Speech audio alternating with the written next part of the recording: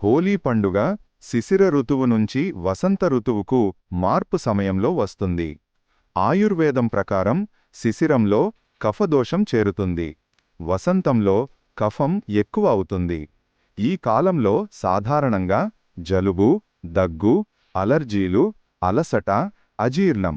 హోళికా దహనమంటే శరీరంలో పేరుకున్న కఫం, ఆమ, టాక్సిన్స్ను దహనం చేయడాన్ని సూచిస్తుంది. మన సంస్కృతిలో హోలీ రంగులు సహజ మూలికలతో తయారయ్యేవి. పసుపు, హరిద్ర, చర్మ రక్షణ, కాంతి పెంపు. చందనం, చందనము, పిత్తశాంతి, చల్లదనం. వేప ఆకులు, చర్మశుద్ధి, క్రిమి నివారణ. మోదుగ పూలు, పలాశ, సహజ రంగు, చర్మానికి మేలు. సహజ రంగులతో హోలీ ఆడితే 1. రక్త ప్రసరణ మెరుగుపడుతుంది. 2. చర్మ రంధ్రాలు శుభ్రమవుతాయి. 3. మనసుకు ఆనందం. 4. వసంతకాల వ్యాధుల నివారణ. ఆయుర్వేదం చెబుతోంది ఆనందం ఓజస్సును పెంచుతోంది.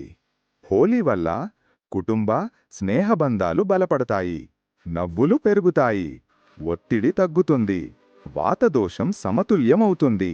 హోలీకి ముందు శరీరానికి నువ్వుల నూనెతో అభ్యంగం చేయాలి.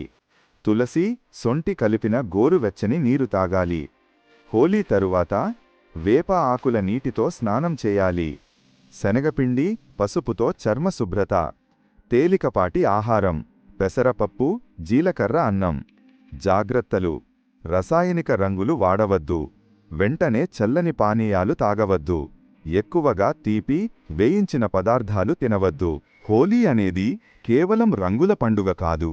ఇది శరీర శుద్ధి, రోగనిరోధక శక్తి పెంపు, మానసిక ఆనందం కోసం ఒక సంస్కృతపరమైన వేడుక. ఈ హోలీని సహజ రంగులతో, సమతుల్య దోషాలతో, ఆనందమైన మనస్సుతో జరుపుకుందాం. బ్ర. షత్.